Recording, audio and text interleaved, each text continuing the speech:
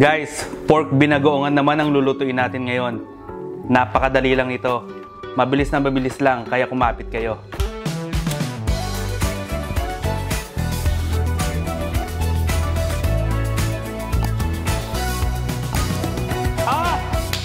Madali lang to guys. Ang una kong gagawin dito, piprituhin ko lang tong pork belly.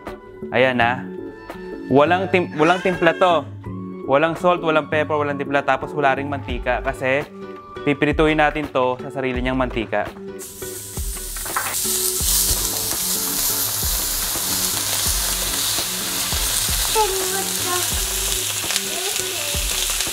O tapos guys, after mga 2 to 3 minutes, baliktarin nyo na.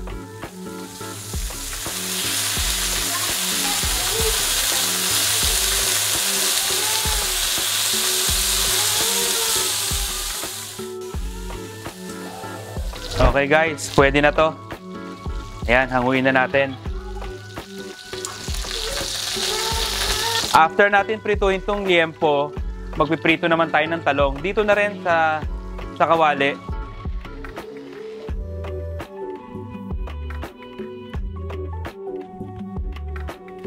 Eto guys, gamit ang mantika ng baboy, prituhin natin tong talong.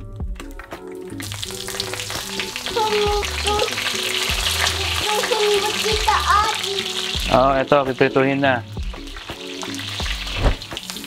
Mahiwa ikaw dito, Adi. Mahiwa saan? Saan? Tong. Sa tong? Okay guys, pwede na to.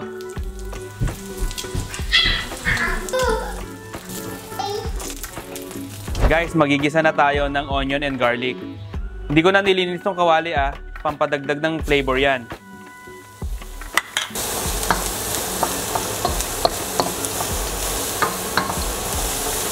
Ang gamit ko ditong mantika, yung mantika pa rin ng baboy ha. Kapag nagisa nyo na maigi, ilagay na natin tong tomato. Inalis ko yung buto niyan ha. Alisin nyo yung buto para hindi magsabaw. Yan. Gisahin lang natin ito maigi guys.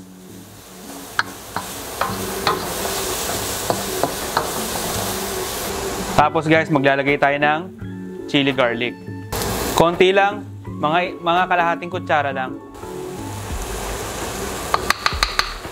Tapos 2 kutsarang bagoong. Ito nga pala yung gamit ko guys. Yan, Barrio Fiesta. Tapos haluin nyo lang. Maglagay tayo ng konting tubig para ma-deglaze tong ano.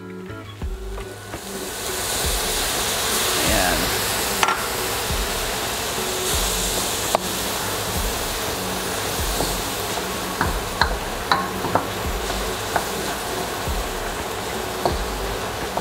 Gisahin nyo lang to maigi guys. Ayan o. Siguro yung nilagay kong tubig nasa mga 1/4 lang.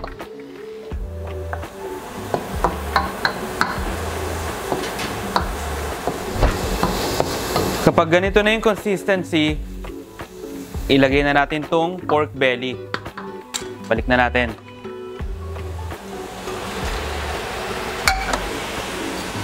Tapos maglagay tayo ng siling haba. Ayan, haluin nyo lang.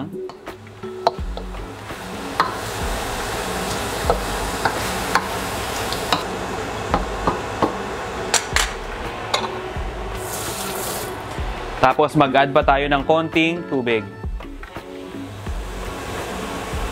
Takpan lang natin to guys. Mga 7 to 8 minutes. Okay guys, kapag malambot na tong ating pork belly, ito optional lang ha, kung gusto nyo lang naman. Pwede nyong guntingin para hindi masyadong mahaba. Ayan. Gunting-guntingin nyo lang.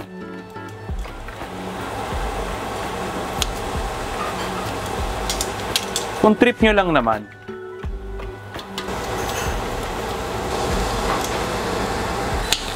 After nyan, timplahan nyo ng ground black pepper. Tapos ilagay nyo na yung talong. Patayin nyo na tong kalan. Kasi luto naman na yung talong. Dahan-dahan lang sa halo para hindi madurog yung talong.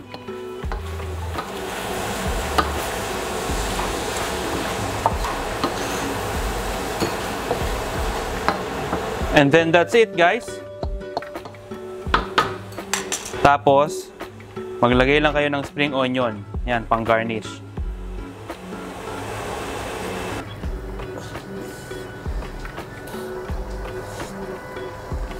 O, di ba? Napakadali lang, simpleng-simple lang, di ba? Yung mga ingredients ito, basic na basic lang. Eto, guys, oh.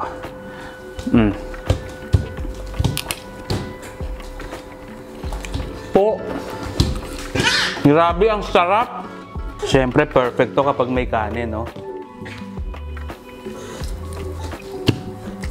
Ang sarap nito, grabe. Alam nyo, guys, gawin nyo na to, napakadali lang. Simpleng-simple lang. Ano pa hinihintay nyo? Magluto na kayo.